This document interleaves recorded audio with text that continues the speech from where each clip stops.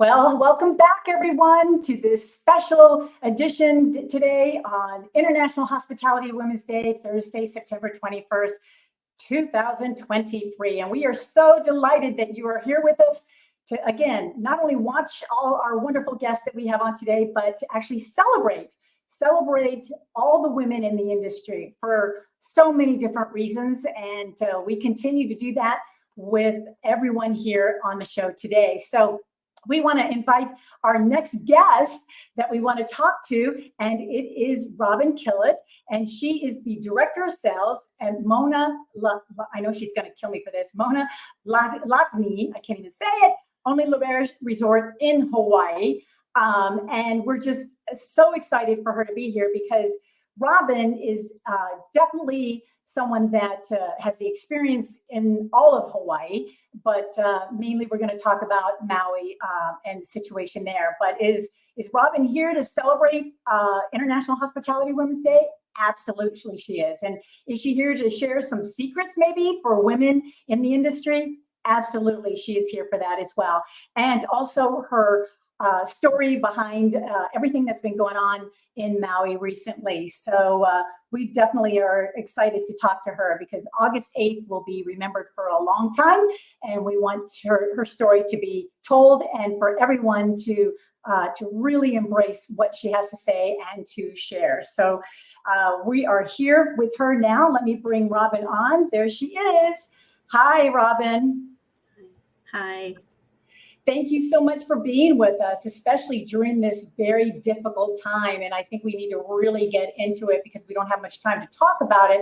But I feel like the horrible day of August 8th, affected a lot of people. But for you in particular, it affected, your family, the business in Lahaina. I mean, everything with you. And so I'm sure everybody wants to hear you tell us, your story and what you've been going through. Absolutely. And I want the world to know, we've heard a lot of things from people on the mainland and, I'm here on Maui, have lived in Lahaina for 28 years. I mean, it's pretty sad what happened on Maui, but, we'll rebuild. There will be a positive future. And I'm here to just tell you what happened. Well, on that day, August 8th, again, will be instilled in a lot of people's minds throughout Hawaii in particular. Were you in Lahaina that day? Tell us about that day. What did you go through? I mean, when you woke up, when this all started, tell us more details. So we woke up, normal, beautiful day in Maui. There was a power outage and that had started at about 3 a.m. I could still use my phone to do emails. I was still working. It wasn't until probably about 9 o'clock, I got on our morning call with the team and, I was telling them a little bit about the winds. We talked a little bit about the hurricane that had just passed by Hawaii, but it was 700 miles away. No one was concerned at all about the hurricane. We got to about 11 o'clock in the day and phone service went out. So we didn't have power, we didn't have phone service. And at that point, my in-laws' house, the roof started peeling back. And we, called the insurance company to tell them, the high winds were kicking in, 20 to 35 mile per hour gusts. And it wasn't until about 1:30 in the afternoon when we got really nervous because the winds were getting extremely powerful and we were seeing microbursts and little mini tornadoes. And it was getting a little crazy the way the wind was coming down from the mountain, which is not typical on the Lahaina side of the island. And we had been told earlier in the day that a small brush fire had been 100% contained, so we weren't worried about it. And then, when the roof started lifting up, we went up on the second story and started trying to nail it back down, called the roofing company to have them, come on Thursday to repair the roof. And, once that was done at about 3:30, my daughter wanted to go to volleyball. We were completely clueless as to what was going on because Lahaina is very flat. And if you're in one of the cul-de-sacs, which is where we live, you couldn't see what was going on unless you went up on a roof. So my daughter wanted to go to volleyball. Her car was out of gas. So luckily, I ended up trying to take her to volleyball. I got to Lahaina Luna Road, and that's when I realized that the situation was really escalating. And this was about 3:30 in the afternoon. There was a police officer in the middle of Lahaina Luna trying to direct traffic, sent us straight down Front Street, right into the middle of what was chaos. There was metal flying everywhere. There were power lines snapping. There were people walking on the streets, and I couldn't believe it. And I turned to my daughter in terror and was just like, someone's going to get decapitated. This is horrific. I can't believe people are walking around in this. We ended up heading back home.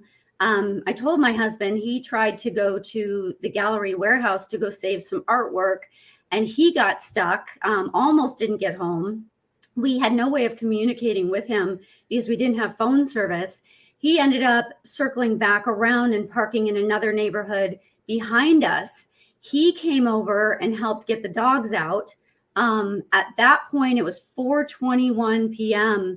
And I just started yelling at my in-laws and my daughter to grab whatever they could and get in the cars. We needed to get out, because if we didn't get out, we were going to get trapped. There was a huge black cloud coming at us because the wind had shifted. And I'm going to try not to get emotional. We had to drive an hour to go 1 block. We got to the opposite side of the highway, and we got out. We had no way of helping anyone else. There were people running. There were hundreds of people. That's what the media is not telling you. And yeah, I can't even imagine. I mean, I'm just shaking here listening to this, because it sounds like it happened so fast and so unexpected overall. And I know you shared some photos with us. For example, this one I think made national news for sure. But I mean, this is what you saw firsthand. That just, it's devastating, absolutely devastating to know that this really did happen. And affects everyone that saw this firsthand. I mean, you're just so lucky, because a lot of people were not able to get out of there. And I mean, these photos are from your own camera. I mean, you're right there. This was actually taken. Yeah, this picture right here is our cul-de-sac. So normally what you're looking at, there would be a wall on the old highway coming into Lahaina. There's a wall that separates the neighborhoods. That wall is gone. This picture was taken the next morning by our neighbors who snuck into Lahaina before any of the National Guard could get there, and they wanted to just get to their property. Their house was right here on this lot. Our house was the direct opposite side of the cul-de-sac. You can actually see both of our driveways and what used to be a 2-story home right in the middle of Lahaina. This is our cul-de-sac. So all the houses, including yours, everything just gone. Unbelievable. Gone. Unbelievable. And this, where is this? That's our house. Is that a pool? Yeah. In the backyard? And there's our pool sweep George in the middle of the pool. Yeah, that's the house. Wow. That just is so devastating. And these are photos that folks, you need to see to know how real this really is. And anybody in the hospitality industry knows that we take care of each other and help each other through things like this. Where are you now? I mean, this has been since August. We're over a month later. And has there been any progress, any help of any sort?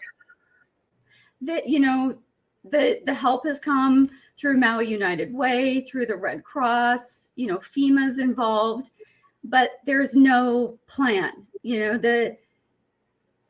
they're not talking to those of us who are from Lahaina. You know, you have government officials who are on Oahu who are speaking on behalf of the people of Lahaina. And, you know, we just want to be able to go back and mourn our losses, hold the neighbors that survived, and just, you know, start the process of rebuilding. You know, it's a difficult time, but, you know, Maui needs tourists to come back. And I know there's been a mixed feeling about, you know, should tourists come back, should they not? You know, it's all about being humble, being supportive, coming with love in your heart, and understanding that, you know, the west side of Maui is going to be forever impacted. There's a scar on West Maui. You know, when you look at Kihei and Wailea, they're fully functioning. You know, our resorts need tourism. And if corporations don't want to come to Maui because of optics, go to one of the other islands, you know, go to Oahu, go to the Big Island, go to Kauai. But 70% of Hawaii's income comes from tourism. And if tourism goes away, we can't rebuild Lahaina. You know, the people will have to move away. The people will be dust in the wind, because these are, you know, people who Hawaii has been their home for 50 years plus, you know, 5, 10 generations, and they're going to have to move away.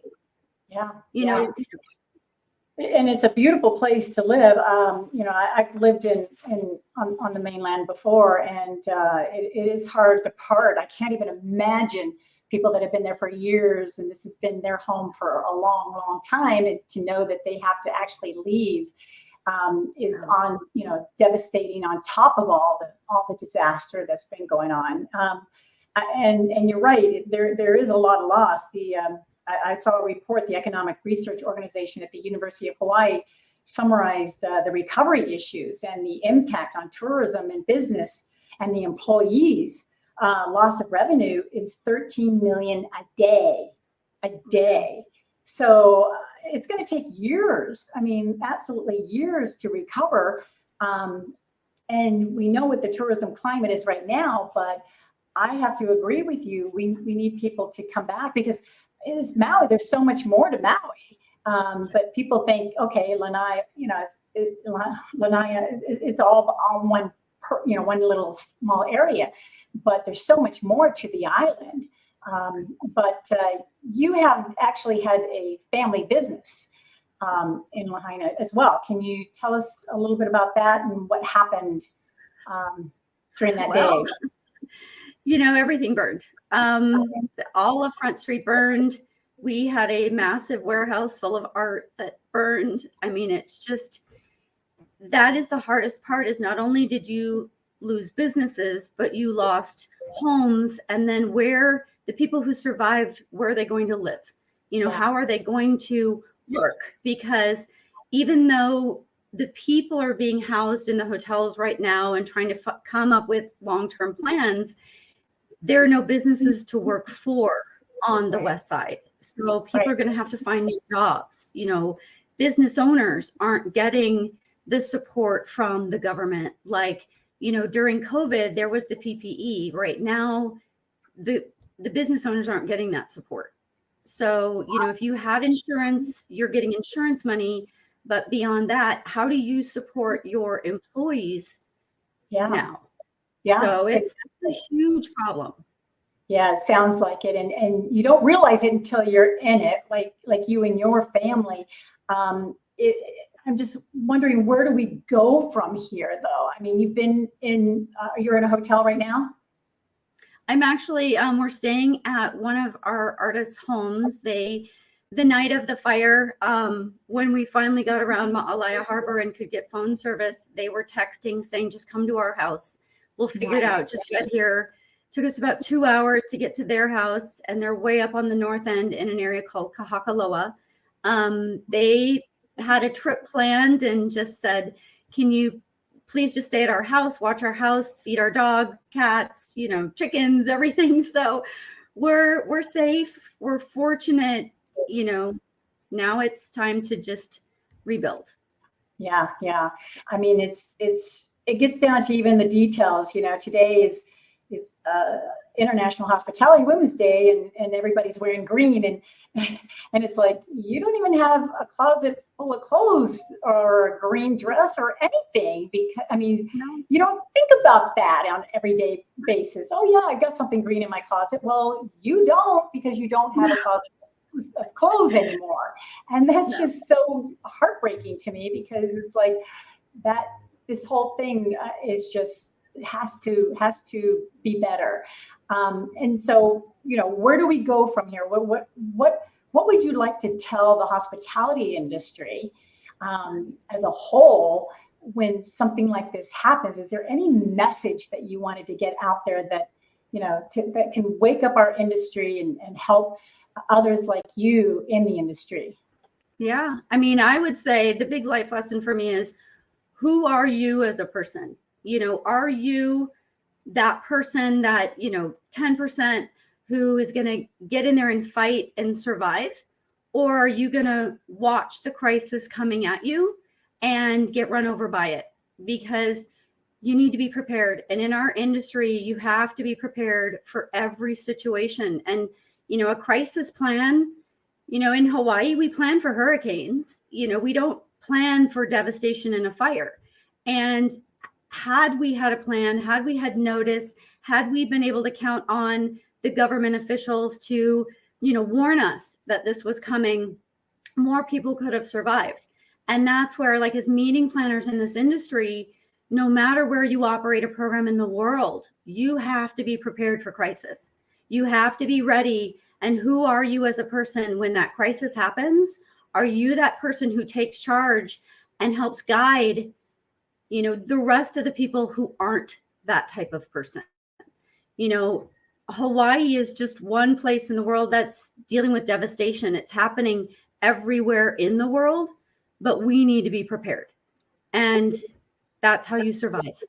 Yeah, you're absolutely right. And I again, I can't imagine what your family's going through, and how do you take care of yourself during something like this? You're still working, right? And it's, I mean, what's the hotel, what's the resort doing differently, or is there things are they putting people up as well, or how are they operating right now? Right. So Maui auberge is on the Big Island, different from Maui. I work remote. Our owners have been amazing to set us up with a house and take care of us. We are helping with the airport personnel if they need to stay on the Big Island, just being in support, and also helping, all of the west side of Maui has been impacted, from the Hyatt up to the Ritz. And just going to our partners to say, how can we help you keep business in Hawaii? If you can't keep it on the west side, how do we help you move it to Wailea? How do we help you move it to the Big Island? Just being partners, and to say, we understand you had a contract, you have terms. Let's try to match them. Let's try to help in the situation, so you don't move your programs down to Mexico or go to, somewhere else on the mainland. Keep your programs in Hawaii, keep revenue coming to Hawaii, so we can rebuild. That's the message. I totally agree. And if anybody has any questions, by all means, join the chat, because Robin is here that has been experiencing this firsthand and still dealing with it. And it's going to be for years, because there's just so much devastation. And I think everybody's got this heartfelt love for you, and just maybe we just need to just all reach out to you, which I'm going to put your information down here, because I really believe that if anybody can reach out to you and just ask that simple question, how can we help? How can we help? And that's my challenge for the hospitality industry with all our guests today is the hospitality in crisis is real. And we're all here in it together. So why not reach out to someone like Robin and really get that opportunity to do what we can to help her? And it looks like she just left the screen for a moment, but we certainly want to thank her for being on the show. We don't know where she just went, but we know that this special day is a big celebration for women across hospitality worldwide. But we certainly want to be sensitive and intact with what we need from those that do need it. So there she is again. Thank you for popping back in, Mother. The Wi-Fi goes in and out where I am. I bet, and it's expected when something like this happens. Is there anything else that you want to share that happened that day, that maybe something that we did not hear on the media news that gives us sometimes conflicting messages and stories? Is there anything that we just probably don't know? Yeah, the loss of life, they're not being honest. I don't know why. I can only imagine why they're trying to hide it from the mainland. But, the numbers originally were up near 1,000. And I can tell you, when I drove out of Lahaina, there were hundreds of people standing in the street watching it. And within 30 minutes, the firestorm came over Lahaina. There is no way those people got out.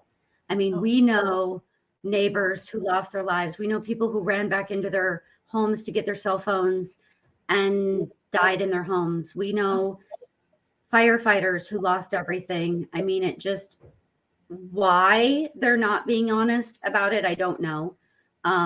It was a horrific scene, and that's what you're not seeing. The aftermath the day after of, people dead in the streets and in their cars. I mean, that's what you're not hearing about. And well, we're just grateful that you and your family made it out. It's devastating enough to hear that. But yeah, you just never can count on the media giving you the straight information until you go to somebody that lived it firsthand. And I just don't, I've never been so speechless with this situation before, because it's just like a movie. That's the way it looked like. It was like just a movie of burnt up cards. And it's like, how is this real? And how is this real? So what are you and your family planning on doing at this point? Will you stay in Hawaii? Will you rebuild? Will you, just take one day at a time? Yeah. How do you plan for something after a disaster, And again, it's something we don't think of. Yeah, I'm a planner by nature. I have some clothes because I planned, because I responded, but at this point it's day to day, week to week. I mean, we have a place to stay until early November. Then come early November, we're going to have to find another place to stay. Then over the holidays, the hardest thing is we have 2 dogs, and most of the homes here, if they're rentals, will not allow you to come with your animals.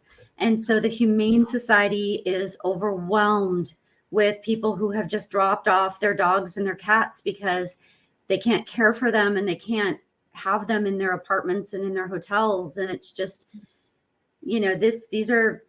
I look at my 2 dogs as my children, and I couldn't even imagine, but trying to find a rental somewhere on Maui over the holidays is impossible. So I don't know how to plan for that other than to move to the mainland, and I don't want to give up on Maui. Yeah. No, and you've been there long enough to know that Maui is very, very special and always will. Are they planning on rebuilding? It'll take years. Area, it'll take a decade. Yeah, it definitely will, and a lot of support along the way for sure. Yeah. Well, gosh, we celebrate you. We definitely celebrate you today. It's devastating enough to hear your story, but we want you to know that we're thinking about you, and we're here watching, the viewers here watching, and hoping to contact you and just ask that simple question. And I challenge everybody in the hospitality industry, what can I do to help? And so be prepared for a response, because that's what we're all about. And we just need to embrace it, because someday, it's not a matter of if, it's a matter of when it's going to happen to you as well. So let's pour our hearts out and do something for the hospitality industry of those that are in need. So I really want to thank you, Robin, for sharing here. And again, people, her information is right below there. So please contact her. And we just wish you tons and tons of success there from here on out. It's such a blessing that you all are alive and well, but there's a long journey yet to go. So we definitely want to wish you well. We celebrate you as our International Women's Hospitality Day here as well. So thank you so much for sharing. Absolutely. Bye-bye. Bye. Well, there you go. I'm not usually very speechless in many occasions, but this one really hit home, and can happen to any of us. And you try to picture yourself in Robin's shoes and situation. What would you do? And how would you carry out to protect your family and friends and neighbors? Unexpected, yes, but was she prepared? Well, yeah, she's a planner. That's what we do in our industry. But is it planned enough? Probably not. But we know that we want to wish her well. And now I want to invite my co-host back to definitely take a look and recap this conversation. And I know he has a lot to say about it, because he's been able to sit back and think about what she has been through. So there you are, Rich. Here you are. What did you think of that conversation? Well, again, it's still real time for many of them. And the way she described it very personally, I mean, seeing where her house was and is not, seeing her neighborhood, very raw, very real. Again, thank to Robin for sharing real and authentic emotion, tears, the reality from ground level. Because again, being in the media, both of us have been in the media. We know we try to tell a story, but sometimes you don't get all the facts. It's filtered. So I'm glad to get the truth and nothing but the truth from ground level. But like you said, there's that speechlessness of she's able to work remotely, but she's not able to work back home and be home. And so there's that weirdness of moving forward, but you can't move forward. I thought it was very interesting. She said 70% of tourism is the income for the islands. And right now, their area, like I was going through the internet and looking at how many hotels, how many restaurants got lost just in that area alone, and museums, prisons. Favorite dining restaurants are gone. And then when you think about, you had the fire, the smoke, the ashes. So it's not even the building that was gone. It permeates everything. If you've ever been in a fire, it could be black. I mean, that was a major bellowing smoke and fire. So other buildings that may have stood have smoke damage, the smells, everything. So it is a ripple effect that, as she said at the very end, it'll take a decade to rebuild. Yeah, for sure. And sometimes not being there, you don't understand how people can get trapped.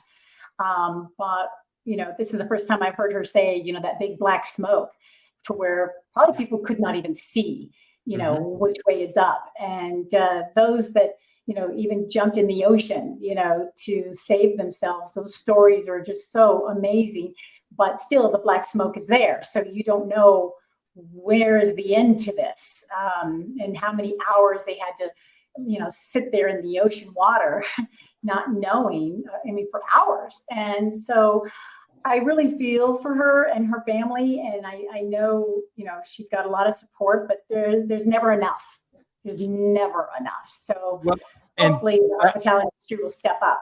Well, that was part of her. It was a great question. What would you want to tell our viewers? What would you want to tell people? And she was very poignant on better preparedness. Again, she said, we've been prepared for these other tragedies that we're used to in the island, but we're not used to a fire tragedy that sweeps.